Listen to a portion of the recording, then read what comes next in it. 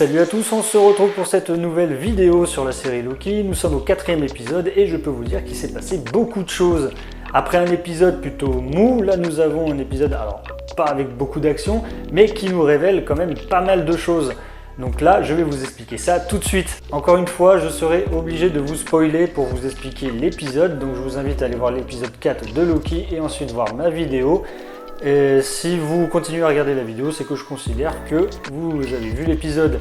Et n'oubliez pas aussi de vous abonner pour les nouveaux qui découvrent la chaîne et à laisser un petit pouce bleu. Alors on commence là où l'épisode 3 nous a laissé, sur la planète Lamentis, où nos deux protagonistes, Loki et Sylvie, sont toujours coincés sur cette planète. Le TVA est toujours à leur recherche et arrive à temps pour les capturer juste avant l'explosion de la planète. Et ils vont les amener en audience devant les gardiens du temps. Dès le début de l'épisode, on nous montre la juge Ravonna Renslayer arrêter la variante Sylvie dès son plus jeune âge et arrive à s'échapper de justesse dès son audience et en volant la télécommande qui permet d'ouvrir les portails dimensionnels à Ravonna. Un peu plus loin dans l'épisode, on apprend que Sylvie a un lien avec les gardiens du temps. Elle se pose beaucoup de questions, puis nous aussi on se pose des questions après cet épisode. Mais je pense que l'épisode 5 va nous en apprendre beaucoup et seule la juge Ravonna Renslayer va nous les donner. Parce que pendant tout le long de l'épisode, on voit qu'elle nous cache quand même quelque chose. Alors là, c'est le côté Marvel que je déteste le plus parce qu'on nous enlève ce côté grandiose car enfin on voit les gardiens du temps, on nous les présente comme des êtres surpuissants.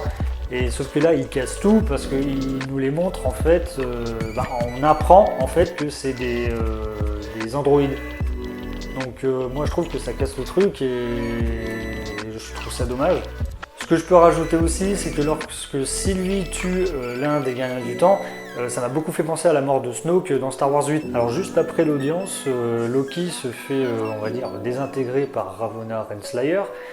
Mais il faudra rester jusqu'au bout parce qu'il y aura une scène post-générique où on retrouve Loki vivant dans une sorte de monde post-apocalyptique, on y voit à peine, mais il arrive nez à nez avec d'autres Loki de différents flux temporels. Après la fin de cet épisode, je me suis posé la question si cette série de Loki aura un lien avec les Spider-Man, vu qu'on nous tease dans ce film qu'il y aurait un multivers avec différents Spider-Man. Après cet épisode, on sait que Sylvie est la clé pour établir la vérité grâce à ses pouvoirs de manipulation mentale sur les variants qui sont emprisonnés et manipulés par quelqu'un qui tire les ficelles. Parce que maintenant on sait que les gardiens du temps n'est qu'une supercherie. Elle a réussi à prendre le dessus sur Ravonna Renslayer et peut-être qu'on aura les réponses que l'on attend. Car elle a l'air en savoir beaucoup sur ce qui se passe, car toute personne qui doute sur l'agissement du TVA se font par la suite tuer. Bon, on a eu un épisode avec beaucoup de révélations. Encore une fois, Loki n'est pas mort et comme il le dit si bien, il ne compte plus le nombre de fois où il a été tué. Il a eu son audience avec les gardiens du temps et il en espérait mieux,